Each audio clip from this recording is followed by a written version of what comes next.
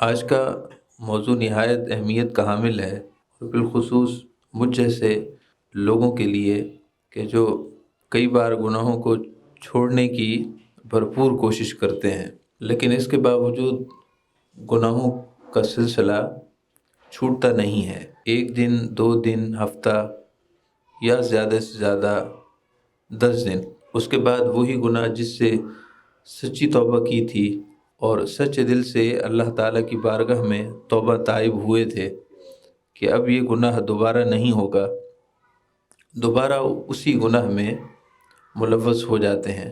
وہی گناہ دوبارہ ہمارے دامن سے، ہمارے دامن روح سے اور دامن جسم سے دوبارہ متعلق ہو جاتا ہے۔ تو ایسا کوئی طریقہ ہو، ایسا کوئی وظیفہ ہو، ایسا کوئی عمل ہو کہ جس کو کرنے سے ہم کامیاب ہو جائیں گناہوں کو ہمیشہ کے لیے چھوڑ دینے میں۔ عمومی طور پر لوگوں کے ساتھ یہ مسئلہ ہے کہ مختلف گناہوں کو پختہ عزم کے ساتھ چھوڑ دینے کا پختہ عزم ہوتا ہے، تہیہ اور ارادہ ہوتا ہے۔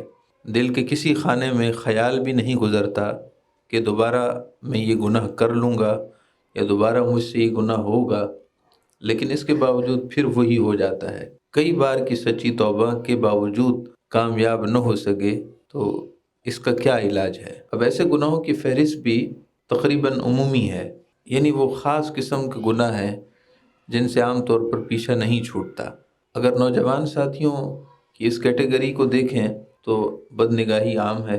بدنگاہی ایک ایسا گناہ ہے جس سے کئی بار توبہ کی، اس کے باوجود پھر دوبارہ اسی گناہ میں ملوث ہو گئے۔ ایسے ہی لوگوں کی غیبت کرنا یا لوگوں کو نقصان پہنچانے کی کوشش کرنا، اور کسی کو اگر خیر پہنچے تو اس پر پریشان ہو جانا، اور کسی کو اگر نقصان پہنچے تو اس پر خوش ہو جانا، نہ چاہتے ہوئے کسی سے حسد کا پیدا ہو جانا، چاہت نہیں تھی مگر حسد پیدا ہو گیا، اور یہ بھی بہت گھناؤنا گناہ ہے، خطرناک اور موذی گناہ ہے۔ حسد کا پیدا ہو جانا، لوگ عام طور پر اس گناہ کو کوئی اہمیت نہیں دیتے، جیسا کہ بد نگاہی بہت خطرناک گناہ ہے، اس سے کہیں زیادہ حسد خطرناک گناہ ہے، لیکن لوگ اس کو اتنا برا نہیں سمجھتے۔ آج کے درس میں چند ایک باتیں ایسی ہوں گی کہ جن کو اپنانے سے اور اس طریقہ علاج سے اگر ہم اپنا علاج کرنا چاہیں گے تو کسی نہ کسی حد تک کامیابی ضرور ہوگی۔ سب سے پہلی بات یہ ہے کہ اگر کسی ایک یا کئی ایسے گناہوں کہ جن سے ہم پیچھا چھڑانا چاہتے ہیں لیکن پیچھا نہیں چھوٹتا، اس کو چھوڑنے کا پہلا طریقہ یہ ہے کہ کسی کی دعا لے لی جائے، کسی کی خدمت کر کے، کسی کے ساتھ نیکی کر کے، کسی دکھی شخص کا دکھ دور کر کے اس کی دعا لے لی جائے۔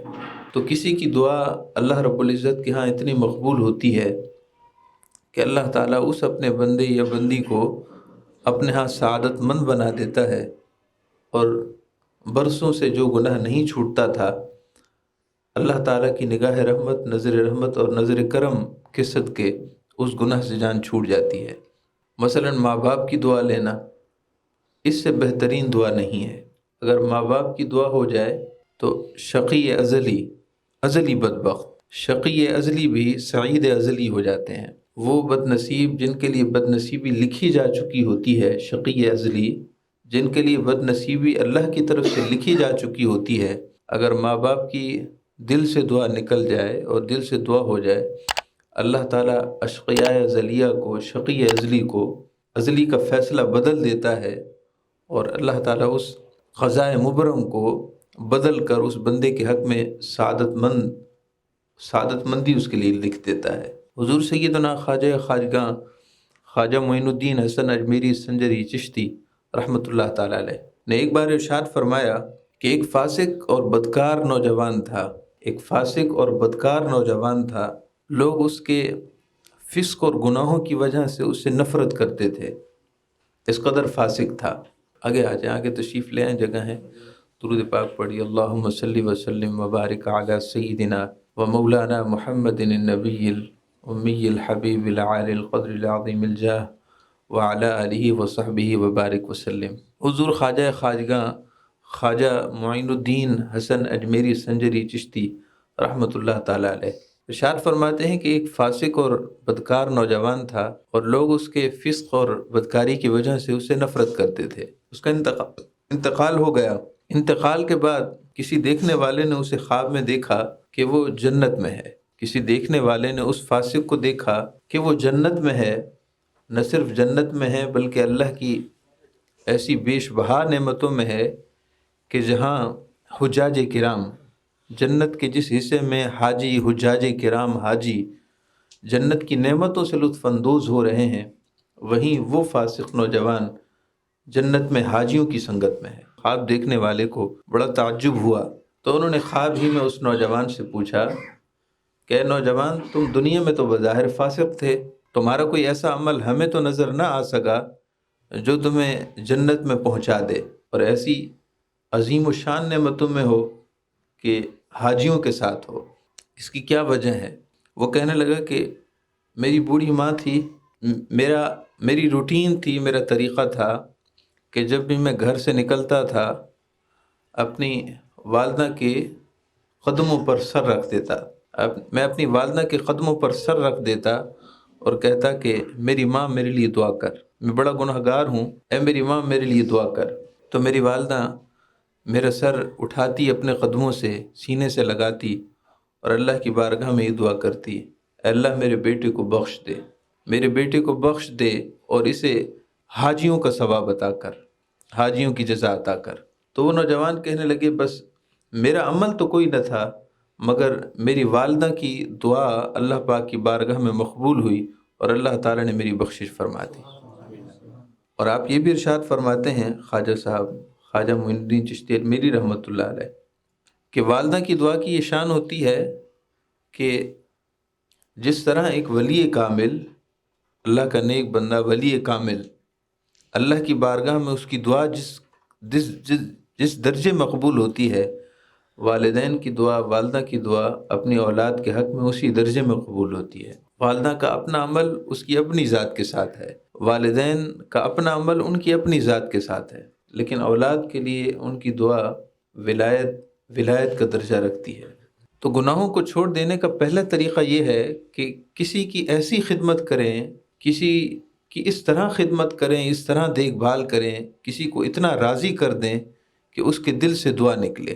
ہمارے ایک نمازی تھے، وہ کہا کرتے تھے کہ مسجد کے پڑوس ہی میں بلڈنگ میں ایک اپاہج شخص، معذور شخص رہتا تھا، اس کا کوئی رشتہ دار نہیں تھا۔ اپاہج اور معذور ہونے کی وجہ سے طہارت کے معاملات سارے بستر پر ہوتے تھے۔ تو وہ نمازی کہنے لگے کہ اللہ پاک نے مجھے توفیق دی، میں ہر صبح اور ہر شام جاتا اور اس کو نہلا دھلا آتا، اس کو صاف ستھرا کر کے آتا، جس کا کرنے والا کوئی نہ تھا، میں اس کے ساتھ یہ نیکی کرتا تھا، اور اللہ رب العزت نے اس نیکی کی وجہ سے مجھے دنیا میں بے بہا نعمتیں عطا فرمائیں، دنیا میں بیش بہا نعمتیں عطا فرمائیں جن کو میں محسوس کرتا ہوں، اور اللہ کی رحمت سے مجھے امید ہے کہ آخرت میں بھی اللہ تعالیٰ ضرور مجھے اپنی نعمتوں سے مالا مال کرے گا۔ تو والدین جب ضعیف العمر ہو جائیں، بڑھاپے کو پہنچ جائیں، تو ان کے ساتھ نیکی اور ان کی خدمت سب سے بڑھ کر ہے، ان کی خدمت سب سے بڑھ کر ہے۔ کئی گناہ جو جان نہیں چھوڑتے، اللہ تعالیٰ ان کی خدمت کے صدقے ان گناہوں سے جان چھڑا دیتا ہے، اور یہ مجرب عمل ہے، بہترین طریقہ علاج ہے ایسے گناہوں کا کہ جو انسان کی گھٹی میں پڑ گئے ہوں، ایسے گناہ جو انسان کی گھٹی میں پڑ گئے ہوں، طبیعت کا حصہ بن چکے ہوں، ان گناہوں سے جان چھوٹ جاتی ہے۔ اور گناہ جب طبیعت کا حصہ بن جاتے ہیں تو وہ آسانی سے نہیں چھوٹتے۔ ایک بہت دور کے جاننے والے ہیں، ان کی عمر اس وقت 60 سال کے قریب ہوگی، میرا اندازہ یہی ہے 60 سال کے قریب ہوگی۔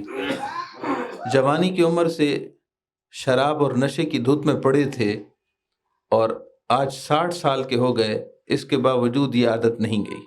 اس کا مطلب یہ کہ گناہ سرشت میں پڑ گیا۔ جب گناہ اس طرح سرشت میں پڑتا ہے، کئی ایسے لوگ ہیں شادی شدہ ہیں، بچوں والے ہیں، لیکن بد نگاہی سے باز نہیں آتے، بد نگاہی کا سلسلہ ابھی تک جاری ہے، اس لیے کہ جوانی میں طبیعت کا حصہ بنا تھا اور آج تک طبیعت میں ہے۔ فکر کرنی چاہیے ایسے گناہوں کے بارے میں کہ جو جان نہ چھوڑتے ہوں۔ خطرناک معاملہ ہے اور بہت اذیت ناک معاملہ ہے، خود انسان کے لیے بڑا خسارہ اور نقصان دہ امر ہے یہ کہ گناہوں سے جان نہ چھوٹے۔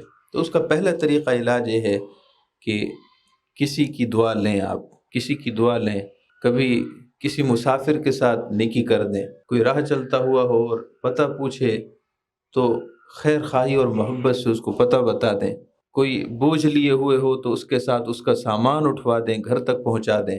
علی ھذا القیاس اس طرح کی کئی نیکیاں جو آپ زیادہ بہتر جانتے ہیں اور آپ کو زندگی میں لگتا ہے کہ فلاں کے ساتھ یہ نیکی ہو سکتی ہے، بہت اچھا ہے۔ کسی نابینا شخص کی آنکھیں بن جائیں، کوئی کم سنتا ہو تو اس کے کان بن جائیں، کوئی بول نہ سکتا ہو تو اس کی زبان بن جائے، کوئی چل نہ سکتا ہو تو اس کے پاؤں بن جائیں، کوئی ادھر ادھر منتقل ہونے اور بھاگ دوڑ سے اگر معذور ہو تو اس کے لیے بھاگ دوڑ کا کام کر لیں۔ بہترین عمل ہے یہ، اللہ ایسا راضی ہوتا ہے، اللہ رب العزت کی ایسی رضا حاصل ہوتی ہے کہ شقاوتیں سعادتوں میں بدل جاتی ہیں۔ دوسرا عمل یہ ہے، 5 عمل میں ذکر کرنے لگا ہوں۔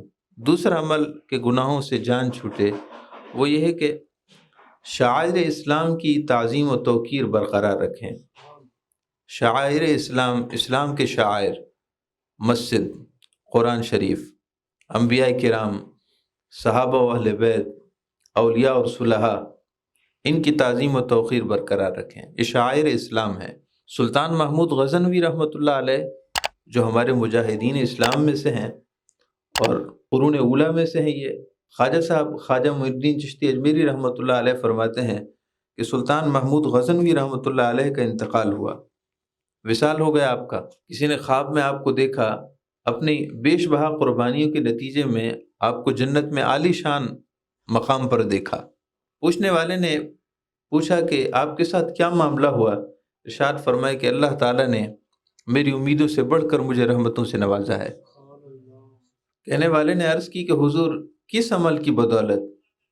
رحمت حق تو آپ کو حاصل ہوئی، مگر بہانہ کیا بنا، سبب کیا بنا؟ ارشاد فرمائے کہ سبب یہ بنا کہ ایک رات میں کسی کے ہاں مہمان تھا، ایک رات میں کسی کے ہاں مہمان تھا اور جس کمرے میں مجھے ٹھہرایا گیا اس کی کھڑکی میں، اس کی الماری میں کھڑکی میں قرآن شریف رکھا ہوا تھا۔ میرے دل میں خیال آیا کہ جس کمرے میں قرآن شریف اللہ کا کلام ہو، میں اس میں کیسے سو سکتا ہوں؟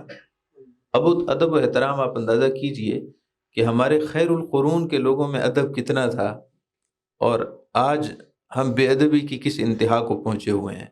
بے ادبی کی وجہ سے نامرادیاں، محرومیاں اور ناکامیاں مسلط ہو جاتی ہیں جب ادب نہ رہے۔ سلطان محمود غزنوی رحمۃ اللہ علیہ فرماتے ہیں کہ مجھے قرآن شریف کے ادب کی خاطر میں نے مناسب نہ سمجھا کہ جس کمرے میں قرآن شریف ہے میں اس میں سو جاؤں۔ قرآن شریف سامنے ہے، میں کیسے سو جاؤں؟ پھر میرے دل میں خیال آیا کہ میزبان کو بلاؤں اور کہوں کہ میری مجبوری ہے، لہذا آپ قرآن شریف یہاں سے کسی اور جگہ منتقل کر دیں تاکہ میں سو سکوں۔ اگلے ہی لمحے خیال آیا کہ کیا میں اپنے آرام کی خاطر اللہ کے کلام کو، قرآن شریف کو یہاں سے منتقل کیوں کروں؟ میں اپنے آرام کی خاطر قرآن شریف کو یہاں سے منتقل کر دوں، اب شرعاً تو کوئی حرج نہیں تھا، لیکن ادب کے زاویے اور ادب کے قرینے کچھ علیحدہ ہی ہوتے ہیں۔ ادب اصولوں کا پابند نہیں ہوتا، ادب ضابطوں کا پابند نہیں ہوتا، محبت خود بخود ادب کے قرینے اور ادب کے اصول وضع کرتی ہے۔ محبت کو اور ادب کو کوئی دلیل نہیں چاہیے ہوتی، ادب کے لیے دلیل محبت کافی ہے۔ صحابہ کرام علیہم رضوان نبی اکرم صلی اللہ علیہ وسلم کے وضو مبارک کے دوران آپ کے جسم اقدس کو چھونے والا اور بوسہ لینے والا پانی زمین پر نہیں گرنے دیتے تھے۔ نہ قرآن میں یہ بات ہے، نہ حدیث میں ہے، نہ قرآن کی کسی آیت میں ہے کہ ایسا کرو اے میرے حبیب کے صحابہ، اور نہ ہی نبی اکرم صلی اللہ علیہ وسلم نے کبھی کسی حدیث میں ارشاد فرمایا کہ تم میرے وضو کے پانی کو زمین پر نہ گرنے دیا کرو۔ ظاہراً کوئی دلیل نہ تھی، مگر صحابہ کرام کے ادب اور محبت نے خود یہ اصول وضع کر لیا کہ نبی اکرم صلی اللہ علیہ وسلم کے جسم اقدس کو چھو لینے والا پانی زمین پر گرنے کے لائق نہیں، بلکہ ہمارے جسموں کے ساتھ، ہماری آنکھوں کے ساتھ مس کرنے کے لائق ہے۔ تو محبت اور ادب کو دلیل نہیں چاہیے ہوتی، محبت اور ادب خود راستے اور زاویے مقرر کرتا ہے۔ تو سلطان محمود غزنوی رحمۃ اللہ علیہ اس کمرے میں رات بھر جاگتے رہے، سوئے نہیں، ادباً بیٹھے رہے، لیٹے نہیں۔ سلطان محمود غزنوی رحمۃ اللہ علیہ فرماتے ہیں کہ اللہ رب العزت نے اپنے کلام پاک کی تعظیم اور اس رات، ایک رات کی توقیر کی وجہ سے مجھے اتنی رحمتوں سے نواز دیا۔ تو شعائر اسلام کی تعظیم یہ سعادت مندی کی نشانی ہے۔ کئی گناہ جو چھوٹتے نہ ہوں، اللہ تعالیٰ ان اعمال کی بدولت راستہ بنا دیتا ہے، گناہ چھوٹ جاتے ہیں۔ خواجہ صاحب رحمۃ اللہ علیہ نے ارشاد فرمایا کہ جامع الحکایات میں یہ حکایت ہے کہ پہلے زمانے میں ایک فاسق نوجوان تھا، جب اس کا انتقال ہو گیا تو لوگوں نے دیکھا کہ اس کے سر پر تاج ہے، نور کا تاج ہے، اللہ کی نعمتوں میں ہے، اور اللہ کے فرشتے اس کو اعزاز اور استقبال کے ساتھ جنت میں لے جا رہے ہیں۔ پوچھنے والے نے پوچھا کہ یہ دولت آپ کو کہاں سے نصیب ہوئی؟ بظاہر تو تم بڑے فاسق تھے۔ انہوں نے جواب دیا کہ جی ہاں، میرا ایک معمول تھا، عمل تھا کہ جب بھی قرآن شریف پر میری نظر پڑتی تھی، اگر میں بیٹھا ہوتا تو ادب سے کھڑا ہو جاتا۔ قرآن شریف پر نظر پڑتی تو میں قرآن شریف کے ادب و احترام کی خاطر تعظیماً کھڑا ہو جاتا۔ اس عمل کی وجہ سے اللہ تعالیٰ نے مجھے اس سعادت سے نوازا ہے۔ آپ اندازہ کیجئے کہ شاعر اسلام کی تعظیم اور توقیر اللہ کے ہاں کتنی محبوب ہے۔ ایک بار نبی اکرم صلی اللہ علیہ وسلم سفر پر تشریف لے گئے تھے، سفر سے واپس آئے تو ایک نئی قبر بنی ہوئی دیکھی۔ ارشاد فرمائے کہ یہ نئی قبر کس کی ہے؟ عرض کی گئی یا رسول اللہ صلی اللہ علیہ وسلم، آپ کی فلاں صحابیہ کا انتقال ہو گیا اور آپ چونکہ موجود نہیں تھے، لہذا ہم نے جنازہ پڑھ کر ان کی تدفین کر دی ہے۔ آپ صلی اللہ تعالیٰ علیہ وسلم نے ارشاد فرمایا کہ میں دیکھ رہا ہوں کہ یہ جنت کے عالیشان محلات میں ہے، اللہ تعالیٰ کی نعمتوں میں ہے۔ عرض کی گئی یا رسول اللہ صلی اللہ علیہ وسلم، اس کی کیا وجہ ہے؟ ارشاد فرمائے کہ یہ مسجد میں جھاڑو لگایا کرتی تھی، اللہ کے گھر کا ادب و احترام کرتی تھی، مسجد میں جھاڑو لگایا کرتی تھی، اللہ تعالیٰ نے اس کے صدقے اس کو بلندی درجات سے نوازا ہے۔ تو مسجد کا ادب، قرآن شریف کا ادب، انبیاء کرام کا ادب، اولیاء کا ادب، صحابہ و اہل بیت کا ادب، یہ اللہ تعالیٰ کے بندے کو قریب کر دیتا ہے، اور کئی گناہ جو نہ چھوٹتے ہوں وہ خود بخود چھوٹ جاتے ہیں۔ اب ایک فتن دور چل پڑا ہے، صحابہ کرام کے درمیان تقابل کی فضا لوگوں میں پیدا ہو گئی ہے۔ اہل بیت اطہار علیہم رضوان اور صحابہ کرام کے درمیان باہمی تقابل اور باہمی ان کے درمیان مقابلہ بازی کی فضا لوگوں میں پیدا کرنا شروع کر دی گئی ہے۔ اپنے آپ کو اس سے بہت دور رکھیے۔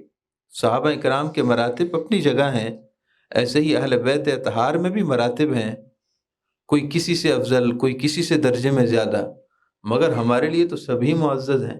حضور کے صحابہ ہوں، اہل بیت ہوں، ہمیں مجال تکلم نہیں کہ ہم زبان درازی کر سکیں، اور جب علم سے کورے ہوں، عمل سے خالی ہوں، پھر تو نہایت بے ادبی اور نہایت بے باکی ہے کہ جس کو یہ نہ پتہ ہو کہ نماز کے فرض کتنے ہیں، وہ تقابل، مقابلہ بازی میں کہنے لگے کہ فلاں سے یہ غلطی ہوئی اور فلاں سے یہ غلطیاں ہوئیں، ان سے غلطیاں نہیں ہوئیں، اور اس قسم کی بحث میں پڑ جائے۔ ہمارے لیے ادب ضروری ہے، کیونکہ ادب سعادت لے کر آتی ہے، ادب کی وجہ سے سعادت آتی ہے، اور بے ادبی کی وجہ سے شقاوت مسلط ہوتی ہے، جرت پیدا ہو جاتی ہے، بے باکی پیدا ہو جاتی ہے، زبان میں انسان دلیر ہو جاتا ہے اور یہ نہیں سمجھتا کہ آگے زبان کون سی ہیں۔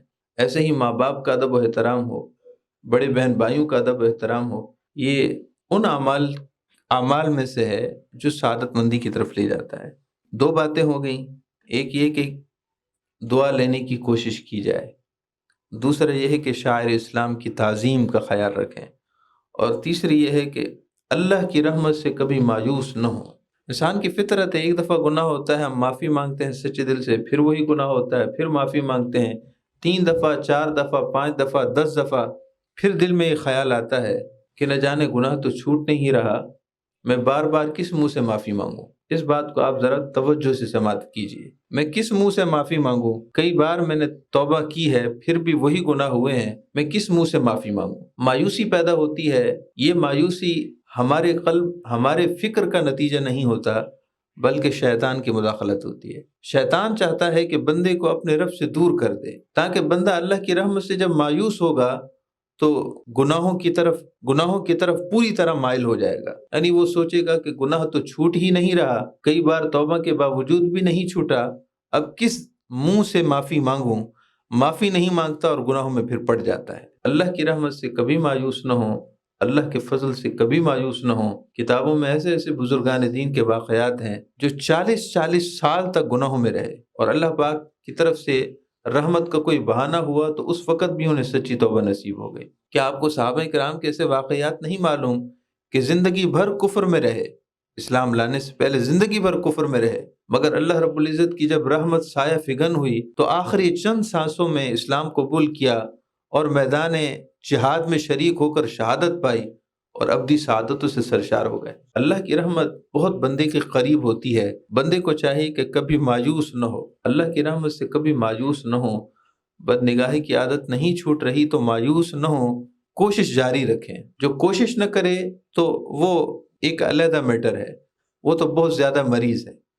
کوشش جاری رکھیں، محنت جاری رکھیں، جستجو جاری رکھیں، اللہ تعالیٰ کی رحمت سے مایوس نہ ہو۔ اللہ تعالیٰ کی رحمت کا دروازہ کھٹکھٹاتے رہیں، اس کے باب رحمت پر بیٹھے رہیں، اللہ تعالیٰ کی بارگاہ میں مسلسل حاضری دیتے رہیں، دعا کے ذریعے، استغفار کے ذریعے، توبہ کے ذریعے۔ یقیناً کوئی نہ کوئی وقت ایسا ضرور آئے گا کہ اللہ رب العزت کی رحمت اپنے بندے کو سجدے سے اٹھا کر اپنے سینے سے لگا لے گی۔ ایسا وقت دور نہیں ہے، ایسا وقت بہت قریب ہے۔ لا تقنطوا من رحمت اللہ، اللہ کی رحمت سے مایوس نہ ہو، اور کسی کو مایوس کیا بھی نہ کریں۔ ہمارے نوجوانوں کی عادت ہے دوسروں کو مایوس کرتے ہیں۔ کسی کو مایوس نہ کریں، بھلے کسی بھی گناہ میں ملوث کیوں نہ ہو، اس کو بار بار تلقین کریں کہ آؤ اللہ کی رحمت کی طرف آ جاؤ، گناہوں کو چھوڑ دو، اب بھی وقت ہے، گناہوں کو چھوڑ دو، اب بھی وقت ہے۔ مایوس نہ کریں کہ تیری تو بخشش ہو ہی نہیں سکتی، تو نے تو ایسے ایسے کام کیے ہیں، اب تیرا پلٹنا مشکل ہے، ایسی بات نہ کریں۔ نبی اکرم صلی اللہ علیہ وسلم ایک دفعہ تشریف فرما تھے کہ کسی نے کسی کے بارے میں کہہ دیا کہ اس کی بخشش تو ہو ہی نہیں سکتی۔ آپ صلی اللہ علیہ وسلم بہت ناراض ہوئے، چہرہ مبارک پر جلال ظاہر ہو گیا، ارشاد فرمائے کہ تم کون ہوتے ہو اللہ کی رحمت کو بند کرنے والے؟ اللہ کی رحمت کو معصور کرنے والے تم کون ہوتے ہو؟ اللہ کی رحمت ہے جسے بھی چاہے عطا کر دے۔ حضرت سیدنا فضیل ابن عیاض رضی اللہ تعالیٰ عنہ جو اولیاء اللہ کے سردار ہیں، آپ نے عمر کا بہت بڑا حصہ ڈاکہ زنی میں گزارا ہے، قزاق تھے، لٹیرے تھے، لوگوں کو لوٹا کرتے تھے۔ اللہ رب العزت کی رحمت سایہ فگن ہوئی تو اللہ تعالیٰ نے فرش سے اٹھا کر عرش پر رکھ دیا اور اولیاء کا سردار بنا دیا۔ اس کی رحمت کو کون بند کر سکتا ہے؟ اللہ کی رحمت سے کبھی مایوس نہ ہوں، یہ تیسری بات۔ چوتھی بات یہ ہے کہ نماز کی پابندی کریں۔ بندہ کہے کہ میں ایسے ہی گناہوں سے چھوٹ جاؤں، نماز اللہ تعالیٰ کی بارگاہ میں بندے کو مسلسل حاضر کرتی رہتی ہے۔ اللہ تعالیٰ کا ارشاد ہے کہ ان الصلاۃ تنہی عن الفحشاء والمنکر، نماز بے حیائی اور بری باتوں سے روکتی ہے۔ اگر آج ہماری نماز ناقص ہے تو کوشش کریں گے، محنت کریں گے تو نماز کامل بھی ہو جائے گی اور آخر کار ہمیں گناہوں سے بچا لے گی، گناہوں سے بچنے کا سبب ہو جائے گا۔ ہم نماز نہ پڑھیں اور سمجھیں کہ گناہوں سے کوئی نہ کوئی ایسے ہی چھوٹ جائیں گے، کوئی بہانہ بنے گا، ایسا نہیں ہے۔ نماز کے بغیر کچھ نہیں ہے، کم سے کم فرض نماز کی پابندی تو لازمی کیجیے۔ اور پانچویں بات یہ ہے کہ درود پاک کی کثرت، درود شریف کی کثرت بہت بہترین وظیفہ ہے، نفلی عبادات میں سب سے افضل درود پاک ہے، اس پر علماء کرام کا اتفاق ہے، حتیٰ کہ دیگر مسالک کا بھی اتفاق ہے۔ فرض عبادات کے علاوہ نفل عبادات اور مستحب عبادات میں سب سے بہترین عمل، سب سے افضل عمل درود پاک ہے۔ اس کی وجہ یہ ہے کہ درود پاک اللہ تعالیٰ کی بارگاہ میں قبول ہی قبول ہے۔ اللہ تعالیٰ درود پاک پڑھنے والے کا درود رد نہیں فرماتا۔ دیگر عبادتیں اس کے اپنے عمل کے ناقص ہونے کی وجہ سے رد ہونے کے امکانات ہیں، درود پاک پڑھنے والے کا درود پاک رد نہیں ہوتا، کیونکہ اس نے اللہ کے حبیب کے لیے درجات کی بلندی کی دعا کی ہے۔ تو اللہ رب العزت جو اپنے پیارے حبیب سے محبت فرماتا ہے، وہ اپنے بندے کی اس ظاہری دعا کو بھی رد نہیں فرماتا کہ میرے بندے نے اگر میرے حبیب پر درود پاک پڑھا ہے اور ظاہری زبان ہی سے کیوں نہ پڑھا، مگر بات تو میرے حبیب کی ہے۔ درود پاک رد نہیں ہوتا، درود پاک انسان کو سعادت کی طرف لے جاتا ہے، درود پاک سے دل نرم ہو جاتا ہے۔ سخت دل والے، جن کا دل بہت سخت ہے، وہ درود پاک کی کثرت کریں، اللہ تعالیٰ ان کے دلوں کی زمین کو نرم فرما دے گا اور گناہوں سے نفرت کا ذہن بھی ہوگا نیکیوں کی طرف انشاءاللہ رغبت بھی ہوگی۔ اللہ تعالیٰ ہم سب کو یہ 5 عمل کرنے کی توفیق عطا فرمائے۔ عمل دوبارہ گنوا دیتے ہیں۔ مختلف گناہوں سے اگر جان نہیں چھوٹ رہی تو یہ 5 عمل کر کے دیکھیے، اور اگر آپ کو فائدہ ہو تو کسی دوسرے کو بھی بتائیں۔ نمبر 1 یہ کہ کسی کی خدمت کر کے اس کی دعا لینے کی کوشش کریں، خواہ رشتہ دار ہو یا غیر رشتہ دار۔ دوسرا یہ ہے کہ شاعر اسلام کی تعظیم و توقیر کریں، مسجد، قرآن شریف، انبیاء، صلحاء، اولیاء، ان کی کبھی بے ادبی نہ کریں، ہمیشہ ادب قائم رکھیں۔ تیسری بات، اللہ کی رحمت سے مایوس نہ ہوں۔ 100 نہیں، 1000 نہیں، 1,00,000 بھی گناہ ہو جائیں مگر اللہ تعالیٰ کی رحمت سے تو بلند نہیں ہو سکتے۔ گناہ خواہ آسمانوں کی بلندی کو کیوں نہ چھو لیں مگر اللہ کی رحمت پھر بھی ہر ایک پر غالب ہے۔ چوتھی بات یہ ہے کہ نماز کی مسلسل پابندی کریں، اور 5ویں یہ ہے کہ درود پاک کثرت سے پڑھیں۔ اللہ تعالیٰ ہم سب کو یہ عمل کرنے، ان کی برکتوں سے مالا مال ہونے کی توفیق عطا فرمائے۔